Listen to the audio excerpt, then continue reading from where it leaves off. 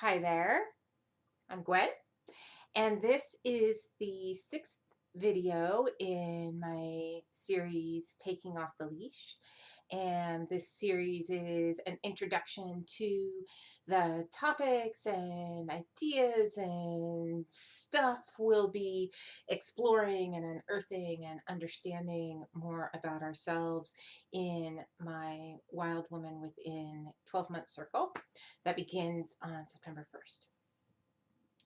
And today I am going to talk about internalized misogyny and what that is and how it shows up in our lives and what it means while we process through it, and how we unravel all of that has been really ingrained in our being, and bred into us and taught to us in our lived experience, and all of that great stuff. So, internalized misogyny. So, misogyny, the definition of misogyny is the hatred, dislike, or distrust of women. The original definition of misogyny was the hatred of women, and that definition expanded in the 80s or 90s, I don't remember, to include dislike and distrust, so that it wasn't, so that it really encompassed what the experience was for women in our patriarchal culture, and how people act in misogynistic ways that aren't helpful for women or nice for women, or so on. So, misogyny, distrust, hatred, dislike of women, and internalized misogyny is when we as women buy into that story, right? When we believe not only about ourselves that we aren't lovable, that we aren't likable, that we shouldn't be trusted, that our own voice and our intuition and our body shouldn't be trusted. And so we believe that about ourselves, and then we also believe it about other women. We don't trust other women. We don't, we judge them. We're critical of them. We, um, we, we don't like them. We don't connect to them. We don't see ourselves in others. We keep ourselves very separate. So that's what internalized misogyny is. It's when we believe these stories of our misogynistic and patriarchal culture about ourselves and about other women. This is very common. This is not, it is not a rare thing at all. Sadly, it is, it's very common. It is changing and shifting. I feel that not only within myself, and not only because I do this work of unearthing internalized misogyny and dislodging it, also I'm meeting more and more women who are doing this work, who lead this work, who guide this work, and also who are doing their own internal work of dislodging these stories.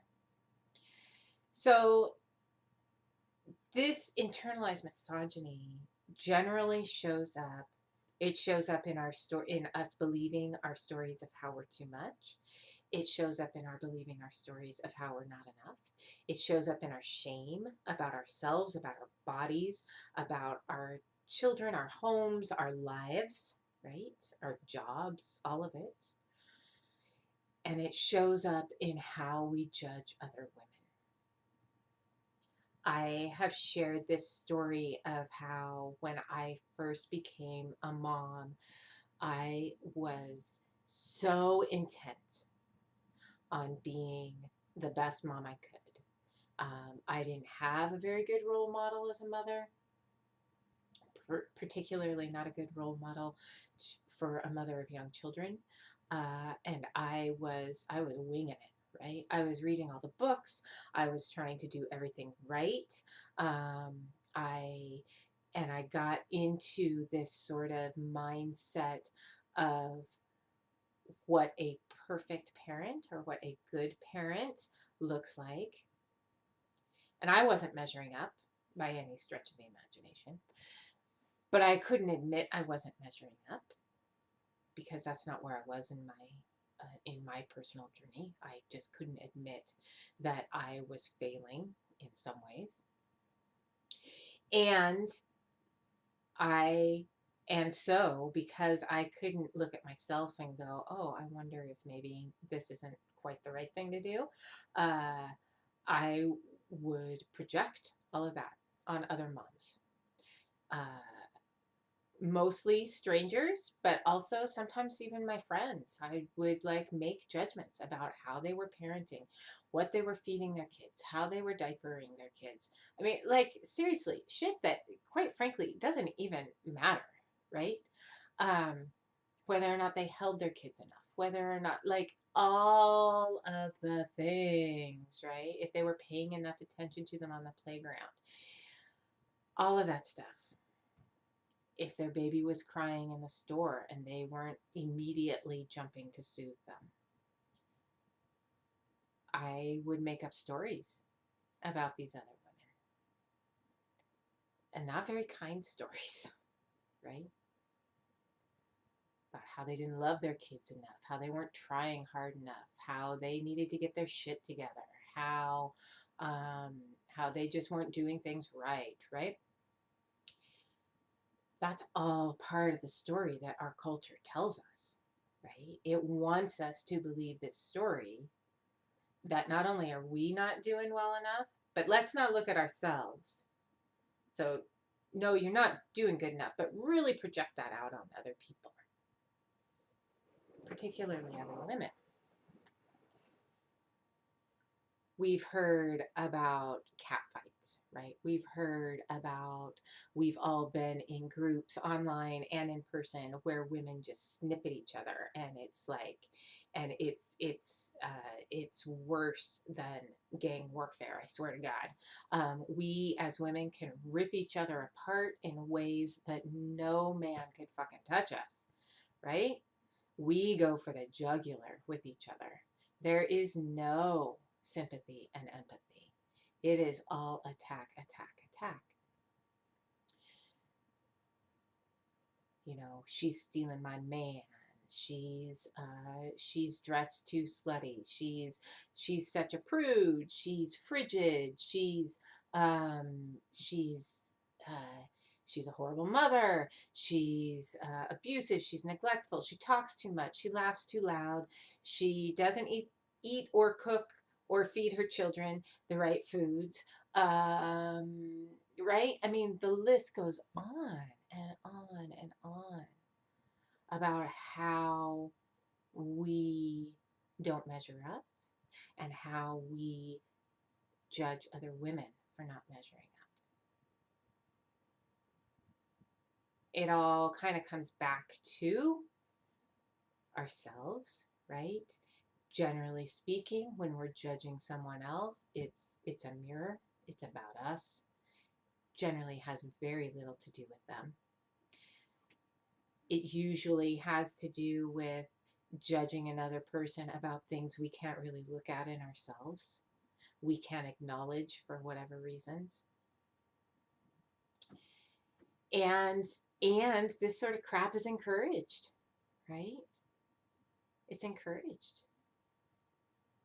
Our culture, in order to function, needs women disconnected from each other. It needs us not supporting each other. It needs us tearing each other down, because that's how it survives. Because the truth is, right? A truth is, if we bonded together, if we came together in sisterhood, if we learned to accept and love each other, we would change the fucking world. There is no doubt in my mind about that. And I see it over and over. I see it in circles of women who come together and they do work. Whatever that work is, it shows up in a million different ways, right? Fighting homelessness, fighting, I use the word fighting, but it in some ways it is fighting, but it's changing the paradigm. It's serving, right? So fighting homelessness, fighting racism, fighting homophobia, fighting child abuse, fighting for women's rights and mothers' rights, and supporting women and families, uh, connecting to women who've been raped, connecting to women who have lost a partner and are now trying to support the family by themselves, supporting women in, right, in all these ways, supporting our communities in all these ways, supporting the collectives in all these ways. And it seems to start when a group of women get together and say, we're going to do this thing. And they come together and they disregard all their differences, and because we're all different, right? We all have differences. They disregard them and they come together for a common goal. And that's saying fuck you to our patriarchal system. That's saying fuck you to misogyny. That is overcoming our internalized misogyny by bonding with our sisters and doing the work that needs to be done in this world. Sometimes that work is our own inner work. Sometimes that work is dealing with our own shit, like truly. And there are circles that are doing that. And there are circles that are doing that and doing social justice work and doing other things to change the world.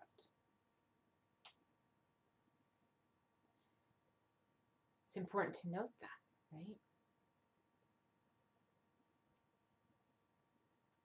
We're meant to be in community. We as humans are meant to be in community. And we, especially as women, are meant to be in community with each other. We need each other. It's important. Our species made it to where we are today by living in community, where everyone took care of everyone else's children, where no one mother was solely responsible for however many kids she had. She had a whole community. She didn't just have her mother or her sister to help. She had a whole community of women to help. Some of whom had their own children and some of whom didn't. Some of whom were grandmothers and some of whom were aunties. That's the only way the human race got to where we are. Because we would have died off long ago if we would have had to raise our children all by ourselves in our own individual little huts without community support. It wouldn't have happened. We would have all been killed off.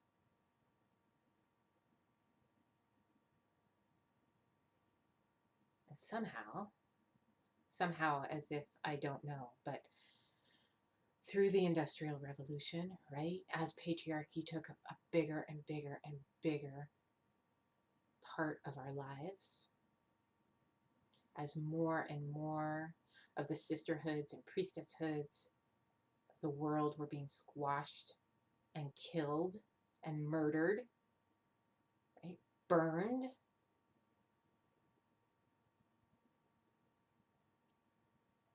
more and more that happened, we separated. That was by design. That was by design that we separated. Not our own design. It was the culture's design. And we, through time, have bought into it. We've forgotten what it is like to be in true sisterhood. We have forgotten what it is like to truly love ourselves. To feel whole and comfortable in our own skin. And that is the saddest part to me of our culture, is that we don't feel comfortable in our own skin, regardless of what that skin looks like. No one feels comfortable. Anxiety is on the rise. Depression is on the rise. Emotional disorders are on the rise. Autoimmune issues are on the rise, right? There's a mind-body connection happening here. And our bodies are screaming out, this is fucked up. We can't live like this. We can't do this. Our bodies are saying that. Over and over, right? Chronic pain. on the rise. And we look at externally and we say, oh, it's because of all these chemicals. Oh, it's because of our farming practices. Oh, it's right, all these external factors. And I do believe they probably have some impact, probably. But my truth is, even those are symptoms of a culture that doesn't respect the people who live in it. It is true that women take the brunt of a lot of it, right? It is true that people of color take the brunt of a lot of it. And let's make no mistake, white men, the majority of white men, aren't sitting pretty either. No, they don't have the same oppressive crap that women live with or people of color live with. And they still receive the messages. And they still don't feel good in their own body and their own skins. And if they did feel good in their own skin, they wouldn't need to oppress other people, right? If all the white men in the world felt good in their own skin, they wouldn't be murdering people of color on the street. There wouldn't be terrorist acts. We wouldn't have had Hitler, and we wouldn't have Donald Trump. We wouldn't have had Mussolini, right? I mean, there's like so many examples of men in power, and that is truly because they felt so disempowered. I firmly believe that, right? They're bullies. Why do kids bully? Because they feel disempowered, because they need to have control over someone else, because they don't feel they have any control in their own lives. This is it, man. This is how it's showing up in our culture. So, yes, absolutely, women do receive a brunt of this culture of internalized, we are the ones who feel the internalized misogyny. We are the ones who have turned against ourselves and our sisters, right? But men are raised in the same culture, and they get the same fucking messages we do. And they take them in just like we do. So how do we change the message? Right? We do our work. We do our own internal work on uprooting and dislodging the messages that we've been given and we've bought into and we believe. We dislodge the messages about ourselves, and we dislodge the messages we believe about other women.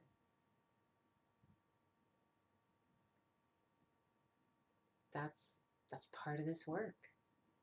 That's a huge part of this work.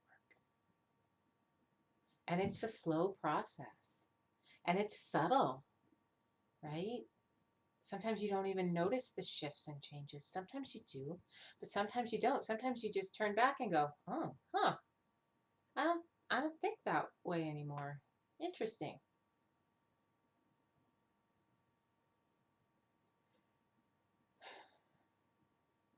Right? So that's what I have to say today about internalized misogyny. I always have many things to say on any given day about it, and shame and our patriarchal culture, and how we turn against ourselves, and how we turn against our sisters, and how we turn against our communities. I I will be going on for days about it. I have been going on for days about it. So I hope that you tune in a few days and watch the next video. And for now, I'm sending you love, and I will see you soon.